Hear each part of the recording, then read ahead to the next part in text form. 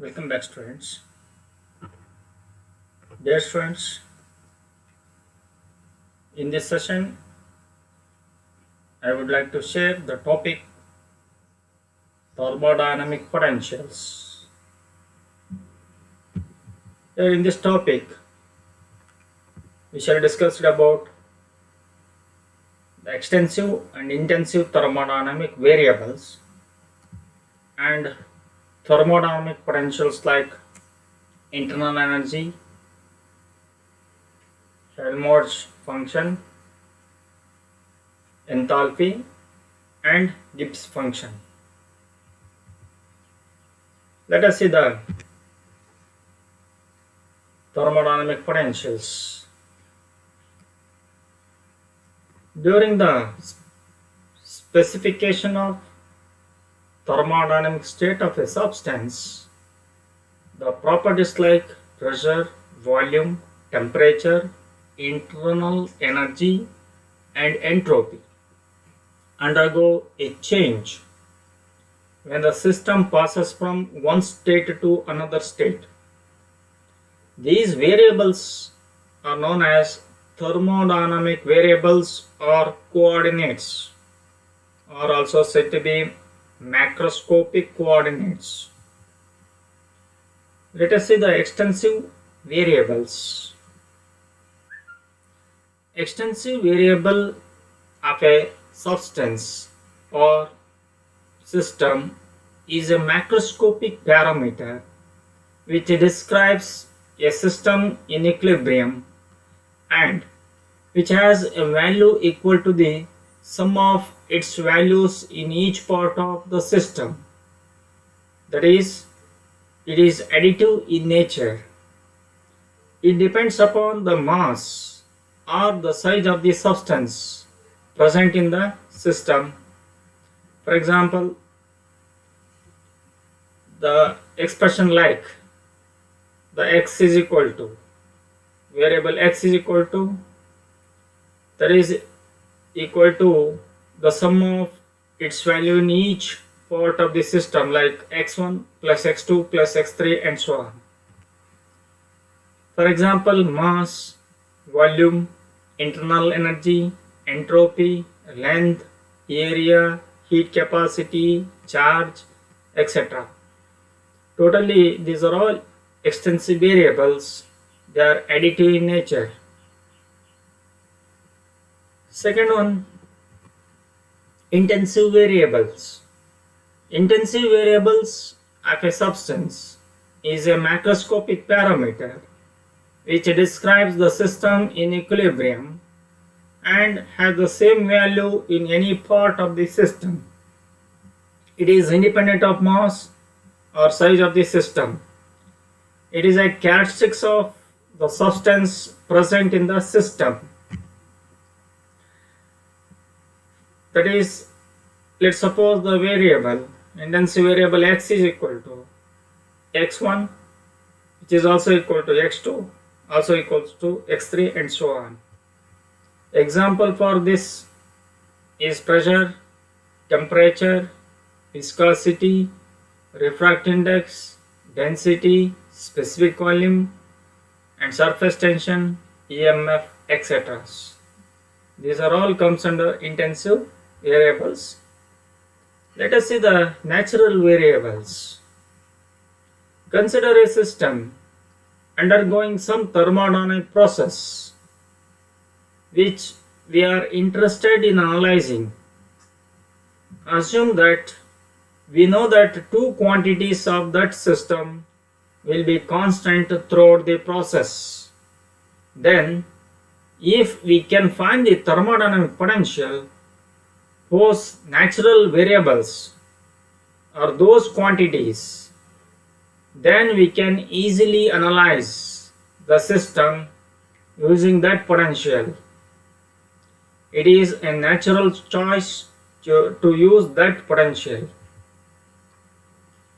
A natural variable of a thermodynamic potential is special because when the natural variables of a thermodynamic potential are held constant during a process, it means that we can easily use that potential to analyze the process because that thermodynamic potential will be conserved. Let us see the thermodynamic potentials U, H, F and G. That means internal energy, Helmholtz free energy, enthalpy and Gibbs function.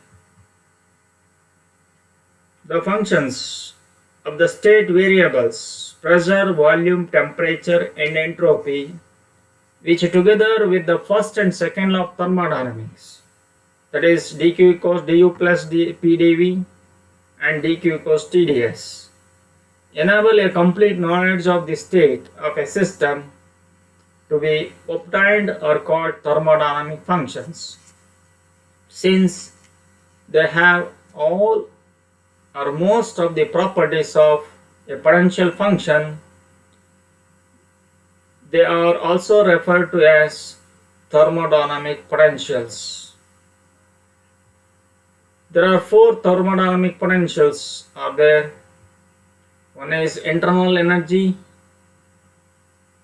It is written as U. The Helmholtz free energy, that is F equals U minus Ts. U is internal energy, T is absolute temperature and S is the entropy. Third one is enthalpy, that is H equals U plus PV. The fourth potential is Gibbs function, that is G equals U plus PV minus Ts. Let us see each of Maxwell's four thermodynamical relations can be derived from one of these thermodynamic potentials U, F, H and G. Hence, only four thermodynamic potentials are defined. Let us see one by one in details. First one, internal energy U. Here the internal energy of the intrinsic energy is the total energy of a system. This is a total energy of a system. According to first law of thermodynamics, change in internal energy is given by dq equals du plus dw. Here internal energy plus work done. This is equal to du plus pdv. dw means work done means p into dv. Therefore du equals dq minus pdv. dq minus pdv. And from second law of thermodynamics, we know that entropy equals dq by ds is equal to dq by t. Therefore dq equals t into ds. Substituting for dq in the above equation, we get du equals for dq tds, substituted here tds minus pdv. This equation gives the change in internal energy of the system in terms of four thermodynamical variables P, V, T and S. That means pressure, volume, temperature and entropy. Internal energy is called the first thermodynamical potential. Here the work done by the system in an adiabatic process is at the expense of its internal energy. In case of isochoric adiabatic process, the internal energy of a system remains constant. That is, remains constant. Let us see the Helmholtz free energy. Helmholtz free energy, that is denoted by the symbol F, capital F. Here the Helmholtz free energy of a system is defined as the internal energy of the system minus the product of its entropy and temperature. That is, F equals U minus Ts. For an infinitesimal reversible process, we have df equals du minus TdS minus S into dt. Just you differentiate this one, f equals u minus Ts, then we got df equals du minus TdS minus S into dt. Here the differentiation of Ts is T with respect to ds minus S constant differentiation of t dt. But we know that TdS is equal to du plus pdv. Therefore, du minus TdS equals minus pdv. Just rearranging this equation, we got minus pdv equation. Therefore, we can substitute these values in this equation. Therefore, df equals du means here minus pdv, du minus TdS means minus pdv minus S dt. This equation gives the change in Helmholtz free energy during an infinitesimal reversible process. Here, the work done in a reversible isothermal process is equal to the decrease in Helmholtz free energy. For isothermal isochoric process, the Helmholtz free energy remains constant during isothermal isochoric process. Let us see the third potential enthalpy. It is denoted by the symbol capital H. Enthalpy is a thermodynamic potential of a system which is equal to the internal energy of the system plus the product of its pressure and volume. That is, it is known as the total heat, that is H equals U plus V, which is equal to internal energy U of the system plus the product of pressure and its volume.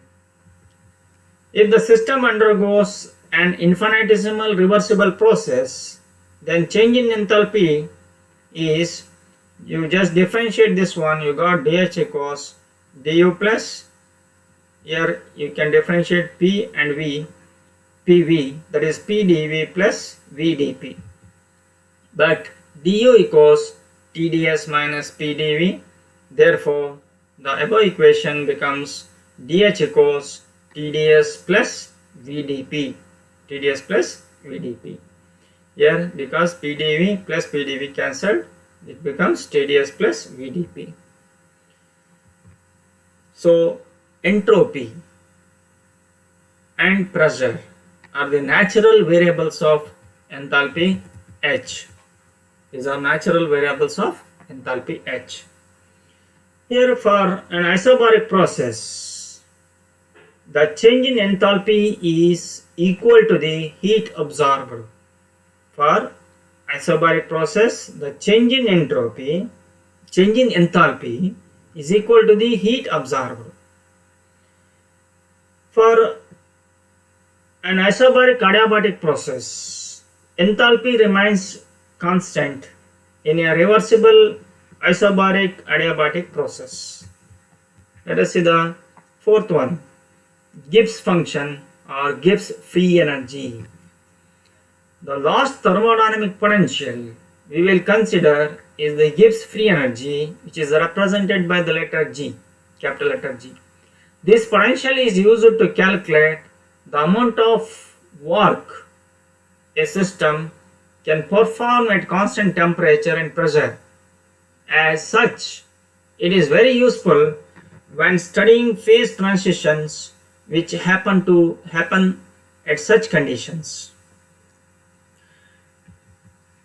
This is defined as the enthalpy of a system minus, here the enthalpy of a system minus the product of the temperature and entropy of the system.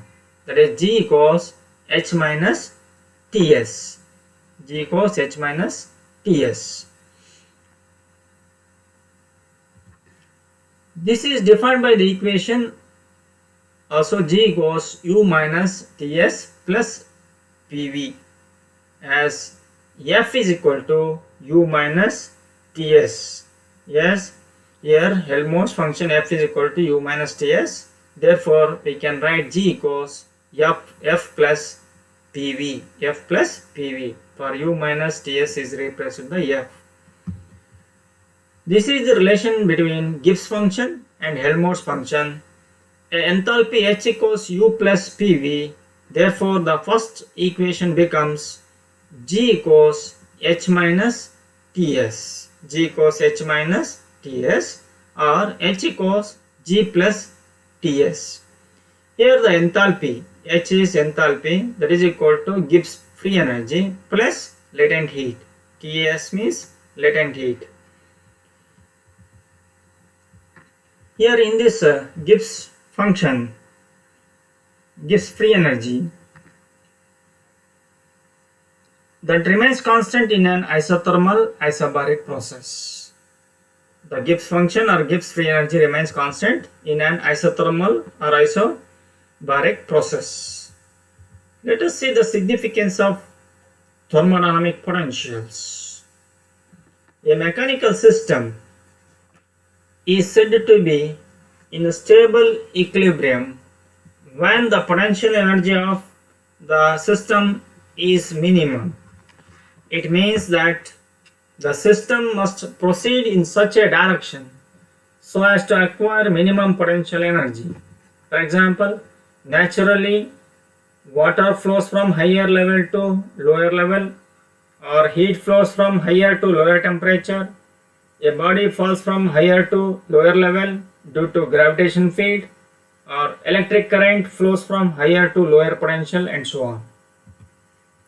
In thermodynamics, the behavior of internal energy, Helmholtz free energy, enthalpy, and Gibbs free energy is similar to potential energy in mechanics. We know that the direction of isothermal isochoric process is similar to make Helmholtz free energy is minimum. In isothermal isobaric process, Gibbs free energy tends to minimum. In an isobaric adiabatic process, the enthalpy tends to be minimum.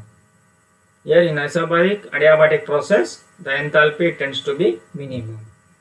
Since the four functions, internal energy, Helmholtz free energy, Gibbs energy, and enthalpy, play in thermodynamics the same role as played by potential energy in mechanics, they are called thermodynamic potentials.